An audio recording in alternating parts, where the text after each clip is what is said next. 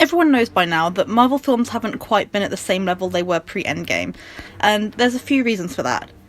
The pandemic, Chadwick Boseman passing away, and the recent conviction of Jonathan Majors were just some of the things that derailed Marvel's plan for the multiverse saga. A lot of Marvel's releases over the last few years have either been hot garbage, what the F is going on in here on this day, boring, or, oh, this is pretty good, but it still needs a lot of work, with very few that I'd consider masterpieces. So, to celebrate the release of the first episode of What If Season 2, in which our favourite alien cyborg Queen Nebula joins the Nova Corps, I will be ranking the 5 2023 MCU releases based on my own opinions of them.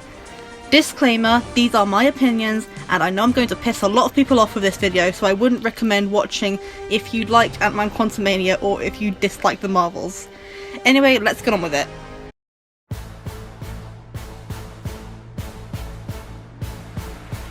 I did not enjoy this movie.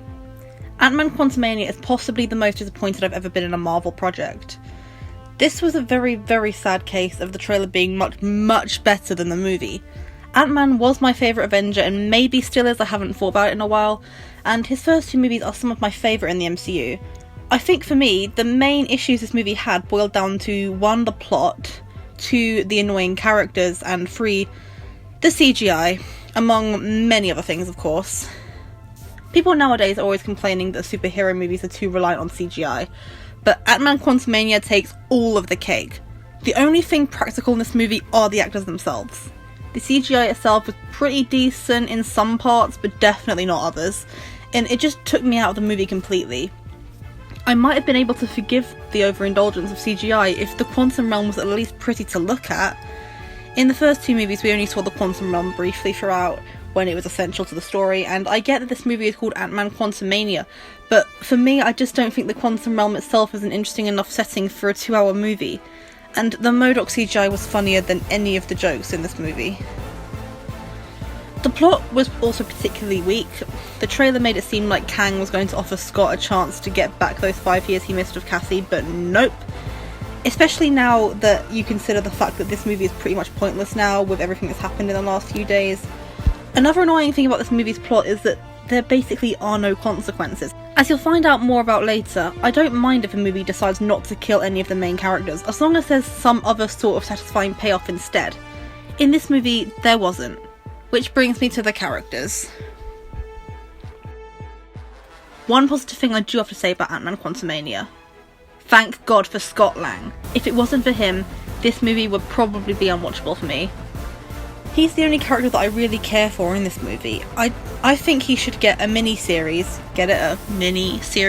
where he gets the entire MCU recap to him by Luis. Speaking of which, where the hell was Luis? This is me politely asking Marvel to hire me, a dumb British teenager who watches too much television, to write for them. That may sound stupid, but it would still be written better than Ant-Man Quantumania. Now, I'm going to be careful with what I say here with everything that's happened with Jonathan Majors, but I do think he played the character of Kang very well. Many people have pointed this out already, but when you're trying to set up the next Thanos-level villain in the MCU, maybe don't have them get beaten up by a bunch of insects. Look, I really like Janet as a character, and I think Michelle Pfeiffer does a great job of playing her. However, in this movie, she was an absolute pain in the arse. Literally, the only thing she does is not tell us what happened in the Quantum Realm so that the movie can happen. I don't get why they couldn't come up with literally any excuse as to why she wouldn't say anything. Literally any excuse. I don't know, maybe they'll kill her if she tells the truth, or she signed a contract or something like that. I know it's lame, but a lame excuse is better than no excuse. Oh, and Janet also had an affair with Bill Murray. Bill Murray. Poor Hank. Hank didn't really have much to do in this movie other than be like, Janet, what's going on? To which he would of course get no reply. And as much as I love Hank as a character, I do think him dying in this film would have maybe raised the stakes a little bit, because once again, how are we supposed to believe that Kang is the next Thanos-level threat if he can't even kill an old man? I'm just going to put it out there that I really like Kathryn Newton as an actress. I loved her in Freaky, and I do think she is going to be one of the biggest stars in the next few years. But I think we can all agree that Ant-Man Quantumania was not her greatest work, And I don't mean any disrespect to her at all, because I do love her, but I still think they should have kept Emma Thurman. Not saying that Catherine doesn't deserve to be in the MCU, but they could have at least told Emma Thurman that she was getting recast. Regardless of what you think of the recasting, I think we can all agree that it was a pretty dick move of Marvel to replace an up-and-coming actress with someone that's more well-known. Now, onto Cassie as a character. I just didn't really like her. She was rude and annoying, and she didn't help the story in any way. Once again, we have to give up for Paul Rudd in this movie. He's the only actor who seems to remember what made his character so special in the first place. Also props to him for putting up with Cassie. To me, Cassie was just badly written, and that's not Catherine Newton's fault at all. But it seems like the writers decided to scrap all of Cassie's previous character development and just decided to create a whole new character that just happened to have the same name as Ant-Man's daughter. Does this seem like the kind of girl who would use Hank Pym's sacred shrinking technology to shrink police cars? Does this seem like the kind of girl who spent 5 years of her life thinking her dad was dead, only for him to come back and save the world, and instead of being thankful for the rest of her life, she just immediately gangs up on him because that wasn't recent enough for her? I don't think so. Notice how this entire time I've been calling this movie Ant-Man Quantumania? That's because the Wasp is not in this movie nearly enough to justify her name being in the title. Like her dad, she just reduced the role of, "Mom, what's going on?" only to obviously get no response. And I don't like that, because Hope is a great character, and she's one of the best female superheroes in the MCU, but she was just done so dirty throughout this entire movie. It genuinely feels like the writers forgot she was in this movie, so they just threw in one important scene for her when there was like 10 minutes left. Her and Scott fighting Kang, defeating him, only for them to get trapped in the quantum realm forever. This could have been a pivotal part of this movie, and actually giving the story some damn consequences. Ant-Man and the Wasp stuck in the quantum realm until someday, a few years from now, someone might rescue them. But for now, the Avengers will have to make do without two of their beloved heroes, but nope, Cassie immediately rescues them because of course, she wants to help. Justice for the Wasp. Also, I hope, get it, that whoever decides to give Hope this haircut gets fired. I remember the Holes guy, I remember William Jackson Harper, and I can just about remember the guy with the yellow beam thing for a head, and pretty much no one else, and I don't care for them. Okay, I think I'm going to wrap this part up, and God help me, I didn't even mention all of the unnecessary helmet removals, don't be a dick, and the ending where I can't even remember what happened, but the last thing I'm going to say is that the title wasn't the greatest either. Ant-Man and the Wasp Quantumania doesn't sound like a Marvel movie. It sounds more like a ride at Universal Studios.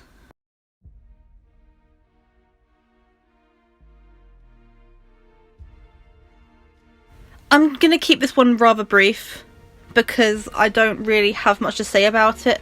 I just cannot get over what they did to Maria Hill. How does Maria Hill die from a gunshot? That's like Black Widow dying from being punched too hard, or Scarlet Witch dying from being crushed by some rock. Oh wait. I don't like that basically everyone except Nick Fury was a Skrull, and I mean Nick Fury was a Skrull at some point. Also, one of my college friends pointed this out, but how did no one realise that Rhodey was a Skrull? Because he, you know, was walking around just fine. The story was a mess, it was boring, it was too short yet still too long, and as one of the very few people that actually does care about Talos as a character, I felt nothing when he died. In fact, I immediately forgot about it after it happened, and don't even get me started on that ending. I really don't like what they did with Emilia Clarke's character. On paper, the idea of having every Avenger superpower sounds really cool, but in execution it just makes me disappointed. Not because of the terrible CGI, but because, to me, that just throws away the entire point of the MCU. The MCU and Avengers movies worked so well because each of the characters have their own strengths, and it was always through teamwork that the Avengers were able to win.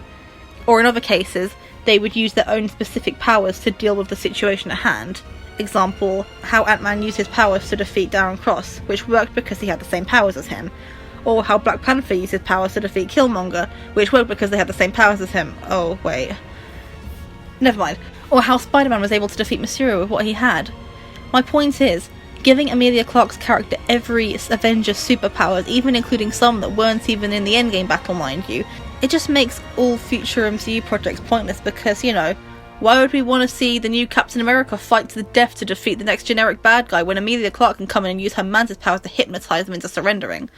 Okay, enough about that, I don't want to spend any more time talking about this, but what I will say, one good thing about the series, Olivia Colman.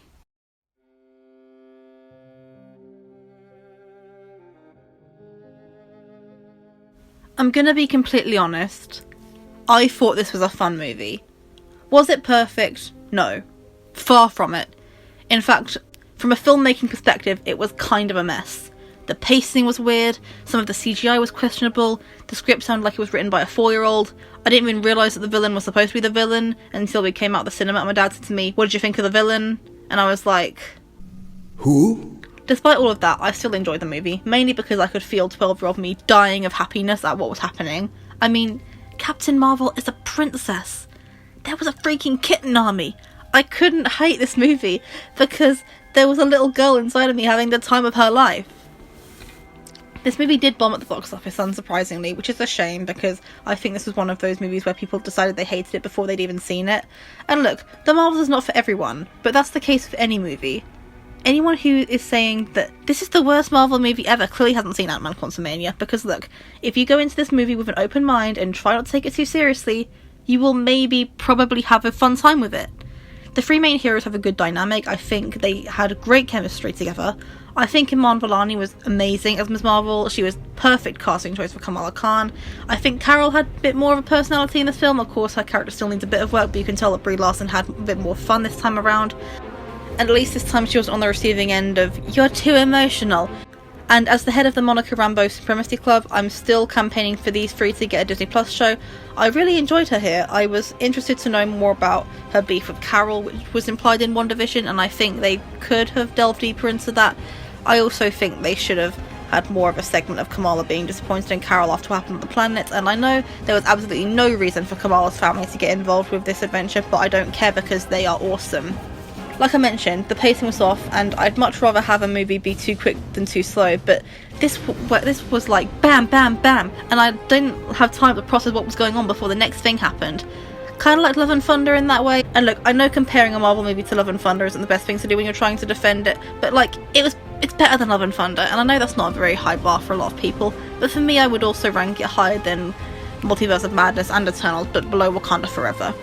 Some jokes landed, others didn't. I don't think Nick Fury really had a purpose in this story, but I'm always here for more goose. I also think that Monica's death fake out was kind of forced, but I'm interested to know more about this parallel world situation that we seem to have going on.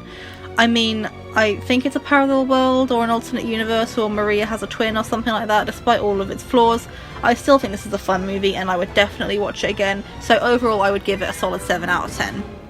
Oh, one more thing. It's been nearly 5 years. The Brie Larson hate, it's getting kinda old now. Yes, Captain Marvel is not the best directed character in the MCU, but that's not Brie's fault.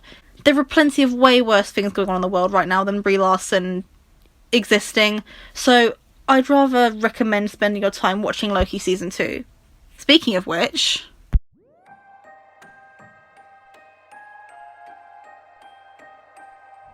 I think it's pretty common opinion that Loki is probably the best Marvel show. A lot of the complaints about a lot of the shows are that they should have been movies, and I definitely agree. I think the only shows that really work as TV series are WandaVision, Loki, What If, and She-Hulk, and She-Hulk just didn't really work in general. And while I do think that Season 1 was better, Loki Season 2 was a breath of fresh air. Of course, there were a few issues here and there, some of the episodes dragged out longer than necessary, I'm not completely sure what they were trying to do with Sylvie's character, but seeing Loki and Mobius is always a delight. And of course, Obi was a wonderful addition to the cast. It's really nice to have Ke Huy Quan back in acting. Again, despite everything that's happened, Jonathan Majors was great as one of the variants, as He Who Remains, even though it's now He Who Remains in jail. Renslayer and Miss Minutes were great characters, and the ending was so tragic yet so powerful. Loki has finally found his glorious purpose, and he's jumped to the top of the list of the most powerful Marvel heroes faster than Thor jumped to the top of the list of the dumbest Marvel heroes. I'm keeping this one short because I have a lot to say about my number one spot, but if this is the end of Loki in the MCU, then I will be satisfied with the way he went out. I hope to see more of Sylvie and Mobius because I still love them, even if Sylvie was kind of a pain this season. Overall, a very good season, and to quote Paul Hollywood, the only reason this is number 2 is because number 1 is better.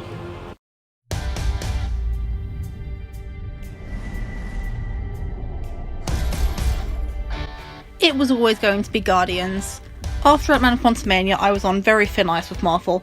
I said numerous times that if Rocket died in Guardians of the Galaxy Volume 3, I would never watch Marvel again.